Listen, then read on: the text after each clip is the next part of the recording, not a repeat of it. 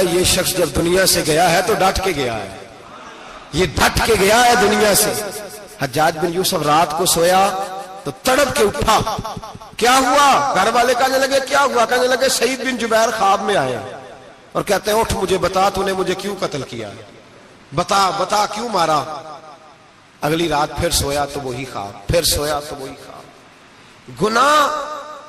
گناہ نفسیاتی مریض بنا دیتا ہے، ظلم تجھے مخبوط الحواس کر دیتا ہے۔ جب تو زیادتی کرتا ہے تو اللہ فرماتے ہیں کہ تو اللہ کو بھولتا ہے، اللہ تجھے اپنا آپ بھلا دیتا ہے، پھر تو بھول جاتا ہے، پھر تو سیدھے رستے پہ چلتا ہے پر بھٹک جاتا ہے، پھر تو صحیح رستوں کا تعین کر کے بھی گمراہ ہوتا ہے، پھر تو روز وہی گاڑی چلاتا ہے پر اب جب تو بریک لگاتا ہے تو نہیں لگتی۔ جب گناہوں کے ساتھ تو مخبوط الحواس ہوتا ہے تو روز وہ کاروبار کرتا ہے، لیکن جب تیرے گناہ تجھے گھیر لیتے ہیں پھر اسی کاروبار میں تو نقصان اٹھاتا ہے۔ حجاج بن یوسف تڑپتا ہے، روتا ہے، یہاں تک کہ بیمار ہو گیا، پیٹ میں درد ہوتی ہے، پتہ نہیں کیا ہوا، تکلیف ہوتی ہے، پتہ نہیں، سارے حکیم طبیب ڈاکٹر کوئی نہ سمجھ سکا کہ بیماری کیا ہے۔ جو بیماریاں خدائی ہوتی ہیں ان کا لوگوں کو پتا، جو آزمائشیں رب کی جانب سے ہوتی ہیں وہ ڈاکٹروں کے ہتھے نہیں چڑھتی، جو تکلیفیں اللہ دیتا ہے ان کا حکیم طبیب علاج نہیں کر پاتے، مشکل، اور شفا اسی وقت ہوتی ہے جب اللہ دینا چاہے، اور جب رب ہی دینا نہ چاہے تو بڑے بڑے ڈاکٹر کہتے ہیں کہ ہمارے بس کی بات نہیں رہی۔ بغداد سے حکیم آئے، پیٹ دیکھا، کہنے لگے نہ تیرے معدے میں کوئی دقت ہے، نہ تیرے جگر میں، نہ کسی اور جگہ، ماجرا کیا ہے؟ ایک آخری علاج ہے، آخری، وہ کیا؟ گوشت کا چھوٹا سا ٹکڑا دھاگے کے ساتھ باندھ کے منہ میں ڈالا اور پھر ایک باریک سا تنکا لے کے اس کو اندر ڈالنے لگے گلے میں۔ وہ گوشت کا ٹکڑا جب حلق کے اندر اتر گیا، اس حکیم نے واپس کھینچا تو کیسے ایسی بدبو آئی جیسی کبھی سونگی نہ تھی۔ جانور کیڑے مکوڑے لگے ہوئے باہر نکلے، اور جب دیکھا تو جتنے محل میں لوگ بیٹھے تھے چلاتے ہوئے نکل گئے کہ یہ کیا مصیبتیں ہیں۔ حکیم بھی اٹھ کے دوڑنے لگا، کہا تجھے کیا ہوا؟ کہنے لگے حجاج تیری بیماری زمینی نہیں، تیری مصیبت زمینی نہیں۔ کہا میری مرض تک تم کیوں نہیں پہنچ پا رہے؟ تو کہنے لگے لگتا ہے تو بد دعا کا مریض ہے، لگتا ہے تو ظلم کا مریض ہے، تو جبر کا مریض ہے۔ تڑپتا رہا، سسکتا رہا۔ ایک وقت وہ بھی آیا کہ گھر والوں نے کمرے میں بند کر کے تالا لگا دیا، دیوار سے ٹکرے مارتا۔ او بھائی، جو گناہوں کے بیمار ہوتے ہیں انہیں شفا نہیں ہوتی، جو ظلم جبر بربریت کے بیمار ہوتے ہیں انہیں سکون قلبی میسر نہیں آتا۔ دوائیاں ان بیماریوں کی بنی ہوئی ہیں جو بیماریاں زمینی ہیں، جو بیماریاں خوراک کی بد پرہیزی سے ہوتی ہیں، جو گناہوں کی بد پرہیزی سے ہوتی ہیں، ان کی بیماریاں، ان کی شفا توبہ ہے، ان کی شفا رجوع اللہ ہے، ان کی توبہ اللہ سے معافی مانگنے سے شفا ہوتی ہے۔ حجاج جب مرنے لگا تو بلایا، یہ رنگ بھی ذرا ملاحظہ کیجئے گا، دو چار قریبیوں کو بلایا، پتہ ہوتا ہے نا اپنے کرتوتوں کا آدمی کو، پتہ سارا ہے سردار نوکیتیاں دا، پتہ ہوتا ہے سارا۔ بلا کے کہنے لگا جب میں مر جاؤں تو مجھے رات کو دفن کرنا۔ کیوں بھائی عورت ہے؟ کہنے لگا نہیں رات کو دفنانا۔ ٹھیک ہے رات کو دفنا دیں گے۔ پھر کہنے لگا جب صبح ہو جائے تو صبح ہونے سے پہلے پہلے میری قبر زمین کے برابر کر دینا، نشان مٹا دینا۔ کہا وجہ؟ تو کلمہ پڑھتا ہے، حضور کا حکم ہے کہ قبر کم از کم ایک بالش، ایک گیٹ اونچی ہونی چاہیے زمین سے کم از کم، تو تیری قبر مٹا دے، وجہ؟ پتہ ہوتا ہے اپنے ظلموں کا۔ کہنے لگا مجھے پتہ ہے لوگ میرے مرنے کے بعد میری قبر بھی نہیں چھوڑیں گے، دنیا میں تو میرے جبر کی وجہ سے کوئی آ نہ سکا، لیکن میری قبر بھی لوگ جنازوں میں باتیں شروع کر دیتے۔ جنازوں میں نے ایسی بھی داستانیں سنی ہے کہ کوئی مرا تو لوگ جوتوں کا ہار قبر پہ ڈال آئے۔ نہیں بھائی، تو جب زندہ تھا تو تیرے جبر ظلم کی وجہ سے نہیں کو بول سکا۔ ایک تو ہے قیامت میں حساب ہوگا، یہاں دنیا میں حساب ہونے لگتا۔ اتنی لمبی زبانیں لوگوں کی لٹک کر مرتے وقت باہر نکل آتی ہیں۔ دعا کریں، جمعہ ہے، اللہ تعالیٰ ایمان کی موت عطا فرمائے۔ دعا فرمائے رب تعالیٰ اللہ تبارک و تعالی توبہ کر کے جانے کی توفیق عطا فرمائے، جاگے جاگے اور سنے اور دعا کرے، اے اللہ تو ہمیں ظلم سے ویسے ہی محفوظ فرما، اگر ہم زیادتی کرنے لگے تو اے اللہ ہمیں اس سے منع فرما، ہمیں اس سے تو یہ توفیق دے کہ ہم باز آ جائیں اس گناہ سے۔ میرے بھائی، ایک تو دنیا میں سزا ہے، پھر قیامت کی سزا ہے، اور وہ زیادہ سخت ہے، وہ زیادہ سخت ہے۔ ہم لوگوں نے نا ہیلے بہانے بڑے بنائے ہوئے ہیں۔ بینک کے ساتھ کاروبار کرنے والا کہتا ہے نہیں نہیں مجبوراً لیا ہے، مجبوراً مر رہا تھا تو، آخری لبوں پہ تھا تو جائز ہے، جائز ہے۔ اس وقت جب تجھے کھانے کو لقمہ نہ لگے تو حرام کھانا بھی جائز ہے، کیا دقت تھی؟ کیوں اللہ رسول کے مقابلے میں کھڑا ہوا تو؟ کیوں سود کا دھندا کیا؟ کیا تکلیف تھی؟ کہاں تو الجھ گیا تھا؟ ہم جان بوجھ کے اپنے لیے جہنم کٹھی کرتے ہیں، پھر کہتے ہیں سکون نہیں زندگی میں۔ کہاں سکون آئے گا؟ کیسے آئے گا؟ ہم نے خود آگ لگائی ہے چمن میں اپنے۔ جو قیامت کی سزا ہے، میرے نبی پاک علیہ السلام نے فرمایا رب تمہیں سامنے کھڑا کرے گا، اور کس طرح کھڑا کرے گا؟ فرمایا لوگوں کے وجود سے کپڑے اتر جائیں گے، زمین اس طرح دہکے گی جس طرح تانبا زمین پہ رکھا جائے اور آگ جلائی جائے۔ تانبا دیکھا ہے آپ لوگوں نے؟ یہ بھی گرمی گزری ہے نا، تو فرش پر جب سورج پڑتا تھا تو ننگے پاؤں چلا نہیں جاتا تھا، صحیح کہہ رہا ہوں؟ ننگے پاؤں، بچے کا پیر زمین پہ لگتا تو چیخ اٹھتے، کہتے ہیں اوہ جل گیا پیر، حالانکہ یہ فرش دنیا کے۔ اور اگر تانبے کے اندر خاصیت ہے کہ اگر کوئی دھات جلدی اور زیادہ گرم ہوتی ہے تو وہ تانبا ہے۔ میرے نبی نے مثال دی تو اس کی دی جو سخت تھا، فرمایا تانبے کی طرح زمین تپائی جائے گی، اور پھر ننگے پاؤں رب تمہیں کھڑا کرے گا۔ آج سورج کی پشت تمہاری جانب ہے، قیامت میں منہ تمہاری جانب ہوگا۔ نیزہ آپ نے دیکھا ہوگا، نیزہ ہوتا تھا، فرمایا یہ جو تم نیزے دیکھتے ہو صرف 1.25 نیزے کے برابر سورج قریب آ جائے گا، اور پھر اللہ تمہیں سامنے کھڑا کر کے تم سے سوال جواب کرے گا۔ اور حضور نے کہہ دیا ہے تو اب کسی نعت خواں کے کہنے سے بات بدل سکتی، کسی پیر کے کہنے سے جملہ بدل سکتا، کسی خطیب کے کہنے سے فکر نہ کرنا وہ سامنے جنت پڑی ہے، اب بات بدل سکتی؟ خدا کی رحمت پر بھروسہ رکھنا ضروری ہے، نبی پاک کی شفاعت کی امید رکھنا، بولیے، لیکن جو حضور نے بیان کیا ہے اس کو ماننا بھی یہ بھی ضروری ہے۔ میرے نبی پاک نے فرمایا اللہ تم سے حساب لے گا اور اللہ پوچھے گا، تم نے جواب دینا ہے۔ حضور کس کس شے کا؟ فرمایا جو پہنتے ہو اس کا جواب نہیں دینا، جو کھاتے ہو اس کا جواب نہیں دینا، جو اللہ کے راستے میں دیتے ہو اس کا جواب، باقی ہر شے کا جواب دینا ہے۔ ادھر جو پلاٹ ہے اس کا بھی جواب دینا ہے، اور وہ جو بچوں کو پیسے بتائے ان کا بھی جواب دینا ہے، جو چھپائے ہیں ان کا بھی۔ ثم لتسألن یومئذ عن النعیم، جو کمیٹی اپنے محلے میں ڈالی ہے اس کا بھی جواب دینا ہے، جو سسرال کے علاقے میں ابا جی سے چوری ڈالی ہوئی ہے اس کا جواب بھی، سب کا جواب دینا ہے، تمام حساب کتاب۔ اور اللہ فرماتے ہیں میں سامنے کھڑا کر کے ہر سوال کا تجھے ہر سوال کا جواب صاحب۔ اچھا یہ جو بڑے لوگ تھے وہ حساب سے ڈرتے تھے، ہم چھوٹے لوگ ہیں ہم حساب سے ہم نہیں ڈرتے، ہم کہتے ہیں دیکھی جائے گی۔ بڑے لوگ جو تھے وہ حساب سے، حضرت ابو بکر صدیق دعا کرایا کرتے تھے، دعا کرو اللہ مجھ سے حساب نہ پوچھے۔ حضرت عمر فاروق رضی اللہ تعالیٰ عنہ اپنے بیٹے سے کہتے تھے بیٹا اپنے باپ کے لیے رحمت کی دعا کرنا، میں درگزر والا ہوں، میں حساب والا کوئی نہیں۔ بڑے لوگ ڈرتے تھے، بڑے لوگ۔ حضرت عثمان غنی قبر پہ کھڑے ہوتے تھے تو داڑھی آنسوؤں سے بھیگ جاتی۔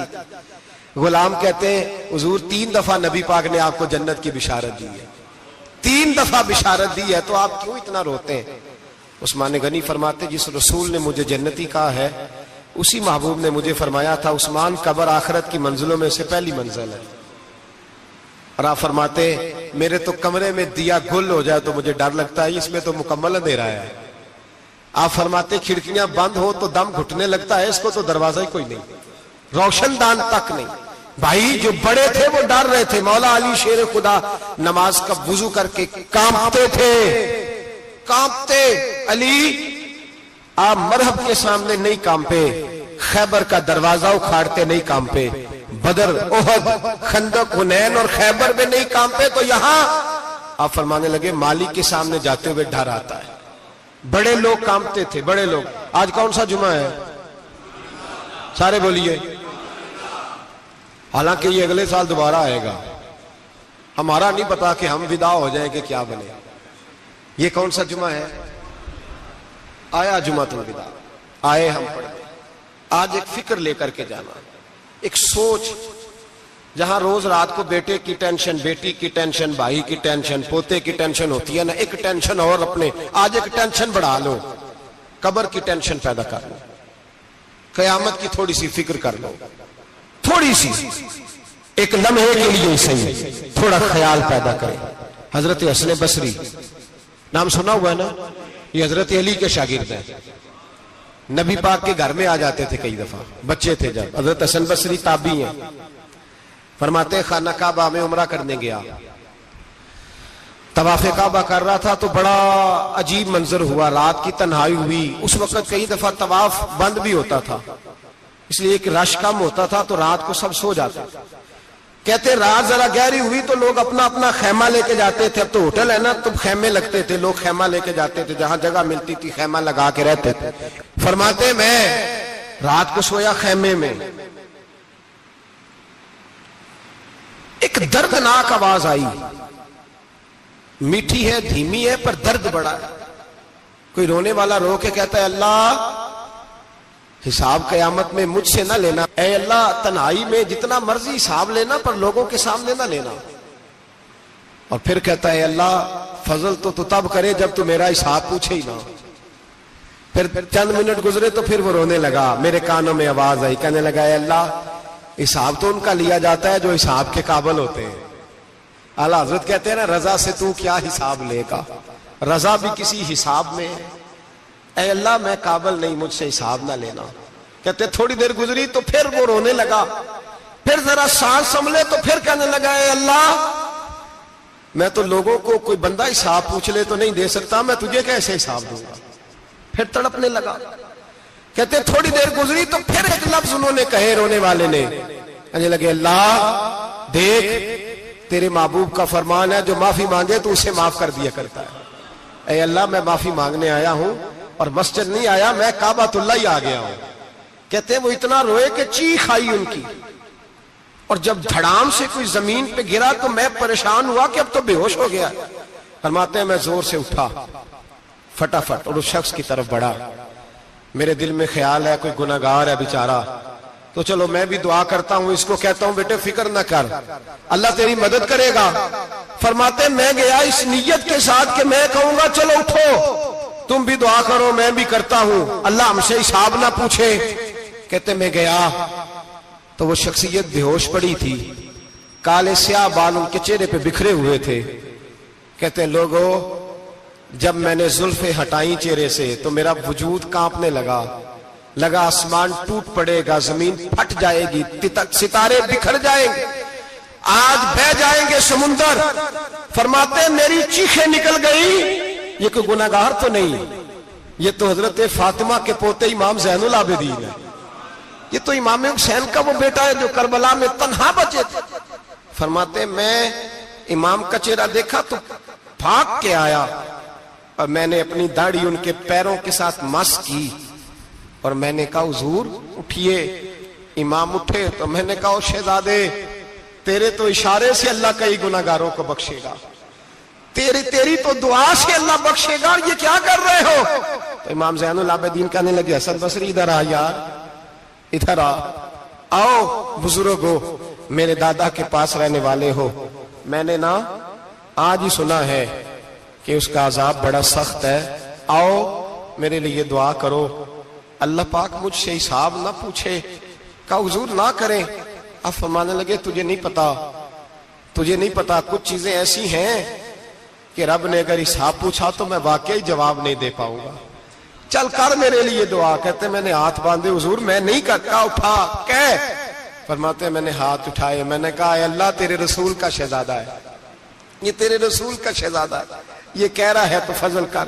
وہ بھائی جو بڑے تھے وہ تو تڑپتے تھے، سسکتے تھے. ابو علی ہیتی کہتے